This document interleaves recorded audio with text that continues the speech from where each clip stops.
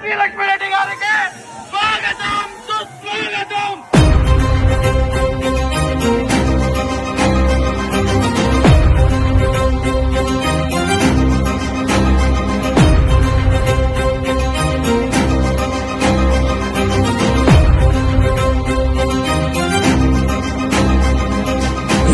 రవ్వరగిలింది చూడు, నిప్పరంగ నడిచింది నేడు. నిన్ను తాకే పెనుగాలి ఎదురు పడదు ఇక గాలి.